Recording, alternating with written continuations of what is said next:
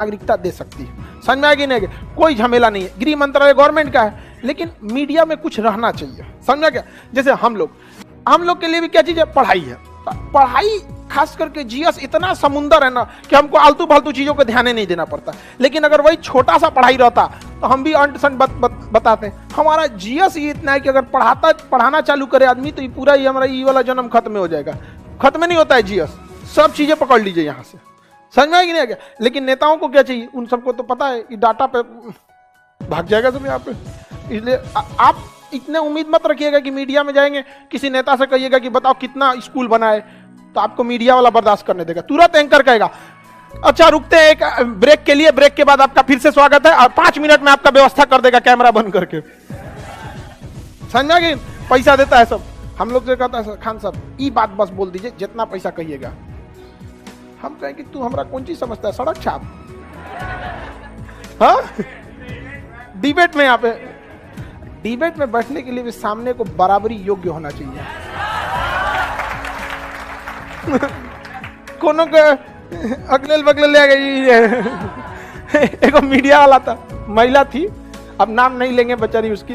वो हमसे कहती थोड़ा सा जीडीपी बजट आया है, जीडीपी बहस का नाम, जीडीपी 3 टाइप का होता है, बताइए आपको तीनों पता है? काम तो एक ही जान रहा था। Nominal GDP, PPP GDP, real GDP. आपको इकोनॉमिक्स में पढ़ा है ना? अब ये जो आप जीडीपी बहस कीजिएगा, इसमें से कौन से जीडीपी में कीजिएगा? अरे बाप रे बाप, ये सब भी होता है। तो ये तो हाल हो गया है यहाँ पे। चलिए हम लोग पहले समझते हैं एनआरसी, ठीक है, उसके बाद समझते हैं सीए। दोनों एक दूसरे का एक है, पहचान करता है एनआरसी और नागरिकता देता है सीए। सीए और एनआरसी। पहले सीए समझेंगे कि पहले एनआरसी? हाँ, देखिए हमारा देश आज से नहीं, शुरू से ही महान रहा है। शुरू से ही हमारे देश में किसी भी व्यक्ति को धर्म के हिसाब से नहीं सताया गया। और अगर आपको यह लगता है कि धर्म के हिसाब से सताया जा रहा है किसी को, यकीन मानिए आप न्यूज चैनल खोल के बैठे हुए हैं। अगर न्यूज वालों को आइसोलेशन में डालेंगे ना, तो कोरोना से भयानक ये न्यूज वाले हैं, इनको क्वारंटीन करने की जरूरत है। पूरा देश में खुशहाली है, यहां किसी भी पड़ोसी को किसी से कोई दिक्कत नहीं। अगर आपको लगता है कि देश में माहौल खराब है, इट मीन्स आप न्यूज देख रहे हैं। आप देश नहीं देख रहे हैं, न्यूज देख रहे हैं। आप देखने के बाद ना खाली वैसे लोग को वहां बैठाया जाता है जिनकी कोई योग्यता नहीं है। उन्हें ग्रुप डी का क्वेश्चन दे दीजिएगा तो नहीं सॉल्व हो पाएगा, भाग जाएगा सब वहां पे। अब ऐसे लोगों को बैठाया जाता है। तो भारत शुरू से महान रहा है। जब भी किसी देश को सताया गया है तो वहां के लोग भारत में आए हैं, स्पेशली धार्मिक कारणों से जब सताया गया है। तो जब कभी आपके ऊपर धर्म के हिसाब से अत्याचार होता है तो इसे रिलीजियस परसिक्यूशन कहा जाता है। टेक्निकल वर्ड याद रखना है, क्या जी? Religious persecution. Persecution, religious persecution मतलब धार्मिक प्रताड़ना। यहां पर ईरान में पहले पारसी लोग रहते थे। कौन रहते थे? पारसी। लेकिन ईरान में जो क्या हुआ, ईरान में अरब का क्या हो गया? आक्रमण हो गया। पारसियों को वहां से भागना पड़ा। पारसी धर्म के लोग बड़े शांत होते हैं, शादी विवाह बड़ा कम ही, मतलब इन लोग में इनकी जनसंख्या बहुत कम होती है पारसियों की। ये अपनी आय का अधिकांश हिस्सा दान कर देते हैं, जिसमें आप रतन टाटा का नाम सबसे पहले सुनो। सैल्यूट उस इंसान, मतलब देश के लिए बहुत, जितना उन्होंने दान दिया ना, उसको टाटा ने जितना दान दिया है ना, उतना में कितना बिलियनियर लोग खड़ा हो जाएगा वहां पे। आज भी बहुत दान देते हैं। तो पारसी लोगों को यहां से 12वीं सदी में भागना पड़ा था। और ये भाग के आए थे गुजरात और महाराष्ट्र के पास में। तो गुजरात पास पड़ा था, तो गुजरात के राजा ने कहा था कि हमारे राज्य में तो जगह नहीं है, आप लोग का कल्चर भी अलग है, हम कैसे रखेंगे? तो पारसियों ने क्या कहा था, बड़ा अच्छा वहां पे एग्जाम्पल दिया। दूध रखा हुआ था राजा के टेबल पर। उसका कि देखिए इस गिलास में पूरा दूध भरा हुआ है और उसमें थोड़ा सा चीनी डाल दिया। कहा कि जिस तरह से इस गिलास भरे में कोई जगह नहीं था, लेकिन चीनी इसमें संभाल गया, पूरा घुल मिल गया और इसके स्वाद को भी बढ़ा दिया। हमें भारत में जगह दीजिए, हम भी इसमें घुल मिल जाएंगे, कोई तकलीफ नहीं देंगे, बल्कि भारत को और आगे बढ़ाने में सहयोग करेंगे। और वो बहुत अच्छा से उन्होंने सहयोग किया। वो बहुत कम है, उनकी परसेंटेज में भी, संख्या में भी नहीं आते, दशमलव में आते हैं लोग परसेंट में, लेकिन बहुत शांति प्रिय। तो 12वीं सदी में हमने किसे शरण दिया? जब पहला एक रिलीजियस प्रोसिक्यूशन। दूसरा 1947 में जब देश आजाद हुआ, बहुत सारे सिख और बहुत सारे हिंदू लोग पाकिस्तान से भाग के कहां आए थे? भारत में। दूसरा हम लोगों ने कब दिया? 1947। 1959 में चाइना ने तिब्बत पर आक्रमण कर दिया। कहां आक्रमण किया? बहुत सारे तिब्बत के लोग भारत में आ गए और रिफ्यूजी कैंप बनाया गया था। कहां पर? दिल्ली में जो मुखर्जी नगर का एरिया है ना, जहां कोचिंग चलता है, उसके आसपास में बहुत बड़ा एरिया में मुखर्जी, वहां पे एरिया में रिफ्यूजी कैंप बनाया गया था, जहां पे इन लोग बहुत सारे संख्या में रखे गए थे। आज भी ये तिब्बत के लोग यहाँ, पटना में एक मार्केट लगता है, लहासा मार्केट जंक्शन के बाहर, तो हमारे यहाँ तिब्बत के बौद्ध लोगों को रहने में कोई दिक्कत नहीं होता। तो दूसरा यहां हुआ था। उसके बाद चौथा नंबर पे रसिया ने आक्रमण कर दिया था अफगानिस्तान के ऊपर 79 में। तो बहुत सारे लोग अफगानिस्तान से कहां आ गए? भारत में। ये कब आए थे? 79 में। ये कब आए? 12वीं सदी में। तो यहां से आ गए लोग। 1980 में तमिलों के ऊपर भयानक अत्याचार हुआ, LTTE, liberation tigers of Tamil इलम, लिबरेशन टाइगर्स ऑफ तमिल इलम। यहां से बहुत सारे तमिल लोग भाग के कहां शरण लिए? भारत में। भारत में बहुत सारे लिए। कब लिए? 1980 के दशक में यहां से भी भाग के क्या लिए थे लोग? शरण लिए थे यहाँ पे। 1971 में बांग्लादेश से जब लड़ाई हुआ था, तो बांग्लादेश में बहुत भयानक अत्याचार हुआ। पाकिस्तान अपना ही उसका देश था बांग्लादेश, बंगालियों को कहता था तुम किसी काम के नहीं है, क्योंकि वो बंगाली बोलते थे, ये अपने आप को श्रेष्ठ सोचते। इसकी सेना अपने ही देश में घुस के ऑफिशियली 30,000 महिलाओं का रेप किए थे सब। इसकी सेना खुद अपने देश की, ये किसी के नहीं है। अगर आपको लगता है कि मतलब नहीं, ऐसा बात नहीं बोलना चाहिए, तो उनको इतिहास के बारे में जानकारी नहीं है। समझ में आ गया कि नहीं आ गया? ये अपने ही देश का। और लॉजिक क्या दिए थे? ये बांग्लादेश वालों को बोले थे, ये बांग्लादेश वाले प्योर पाकिस्तानी नहीं है, इसलिए जब हमारे बच्चे पैदा होंगे तो प्योर पाकिस्तानी होंगे। ये लॉजिक है इनका। ये लोग भाग के कहां आए थे? भारत में आए। और इतने करोड़ों की संख्या में लोग शरण लिए थे। हमारी चौथी पंचवर्षीय योजना इनको शरण देने के चक्कर में विफल हो गई, अनाज कम पड़ गया था। लेकिन भारत किसी भी देश का नाम एक दिन में नहीं हो सकता है। कहा जाता है Rome was not built in one day. 12वीं सदी से लेकर आज तक भारत दूसरों को शरण देते आया है यहाँ पर। तो 1971 में बांग्लादेश के लोग आए। समझ आ गया कि नहीं?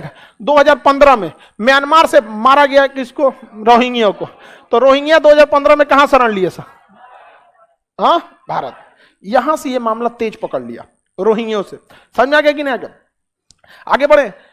लेकिन इसमें हमारी भी गलती है। जब रोहिंग्यों को सेटल नहीं करना था तो सेना को पीछे क्यों हटने को आदेश दिया गया? सेना अगर आप घुस जाएंगे चाइना में, आप म्यांमार में घुस के देखिए तो उसकी सेना को सख्त आदेश मार देना। लेकिन म्यांमार से कैसे घुस गए सब रोहिंग्या इतना ज्यादा? सेना पीछे हटी थी। आदेश देखिए, जैसा आदेश रहेगा वैसे ही सेना करे। सेना को बोलिए ना तू म्यांमार खाली करा के चला है, नहीं समझे? क्योंकि मीडिया को एक मसाला मिल गया। मीडिया से पूछिए ना, अच्छा ठीक है रोहिंग्या समस्या है, ठीक है ये सब चीज है, उसको सॉल्व करेंगे। आने कौन दिया? मिलते हैं ब्रेक के बाद। आप बीमारी को आने क्यों दिए? आप लाखों की संख्या में घुसा दिए यहां पर। अब म्यांमार मानेगा ही नहीं, क्योंकि वो डॉक्यूमेंट लेके तो आए नहीं है, पासपोर्ट लेके आए नहीं है। तो आपको पहले ना सोचना चाहिए यहां पर देश की समस्या इतना। तो मीडिया वाला ब्रेक के बाद कहेगा इसको कह दो, तबीयत खराब हो गया, चल गया इसका, चाहे इसका माइक कम करो, इसको चिल्लाने दो, इसको पोले खोल देगा हम लोग कहते यहाँ पर। समझ में आएगी नहीं? इतने लोग भारत में क्या हो गए? आ गए। अब दिक्कत हो गया कि इन लोग को नागरिकता कैसे दिया जाए। इन लोग के पास एक ही ऑप्शन था, सबसे जल्दी नागरिकता लेना है तो पंजीकरण। किसके द्वारा? पंजीकरण द्वारा। किसके द्वारा? पंजीकरण। तो भारत सरकार ने एक घोषणा किया कि जो भी लोग स्पेशली भारत में आए थे अफगानिस्तान, पाकिस्तान और बांग्लादेश में, यहीं पे कहां से? अफगानिस्तान, पाकिस्तान और बांग्लादेश।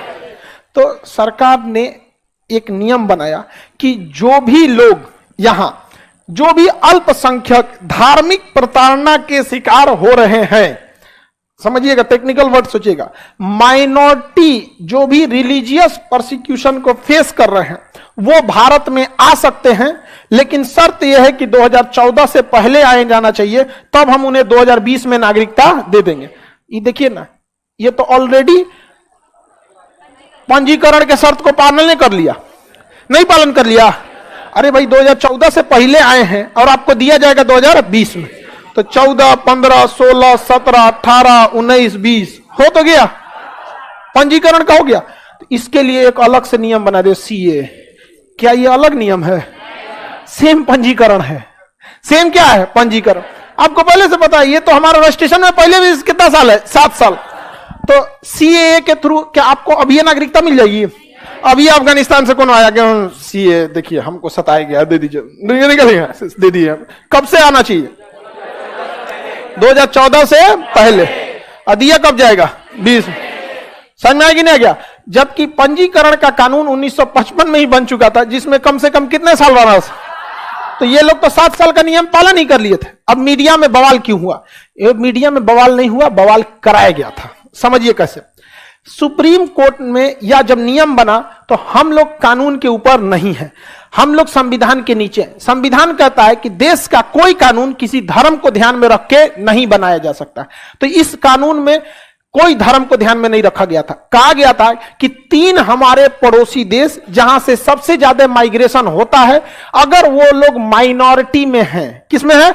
माइनॉरिटी में है, और उनके ऊपर धार्मिक प्रताड़ना होती है, तो भारत में आ सकते हैं। अब देखो ध्यान से इसको कैसे मैनिपुलेट होता है। अफगानिस्तान में मुसलमान को छोड़ के सब अल्पसंख्यक है, पाकिस्तान में मुसलमान को छोड़ के सब अल्पसंख्यक है, अफगानिस्तान में मुसलमान को छोड़ के सब अल्प।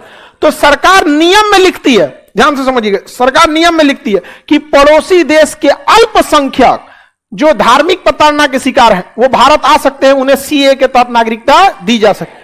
लेकिन भाषण में बोला जाता है कि पाकिस्तान, अफगानिस्तान, बांग्लादेश से हिंदू, बौद्ध, जैन, सिख, ईसाई, मुस्लिम को छोड़कर सबको नागरिकता दी जाएगी। बात समझ रहे हो? समझ गए? तो वो भाषण था। जबकि सुप्रीम कोर्ट ने सरकार को बुलाया, ये क्या है? तो सरकार वहां खड़ा होकर कही थी कि भाषण से हमको क्या बहस है, हमको भाषण से क्या मतलब है, हम आपको लिखित में दे रहे हैं कि जो लोग धार्मिक प्रताड़ना के शिकार हैं और अल्पसंख्यक हैं, हम उन्हें नागरिकता दे रहे हैं। अल्पसंख्यक को हमारा देश मान्यता देता है, क्योंकि हमारे देश में ही पूर्वोत्तर भारत में नागालैंड हो गया, मिजोरम हो गया, वहां हिंदू अल्पसंख्यक है। तो अल्पसंख्यक कोई गलत वर्ड नहीं है। तो सरकार सुप्रीम कोर्ट में क्या बोल रही है? अल्पसंख्यक। कानून में क्या लिख रही है? अल्पसंख्यक। भाषण में मुस्लिम छोड़कर सब।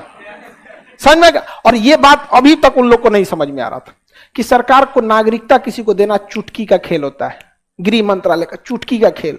लेकिन ये सब समझ में आ गई नहीं क्या? अब क्लियर समझ रहे हैं? टेक्निकल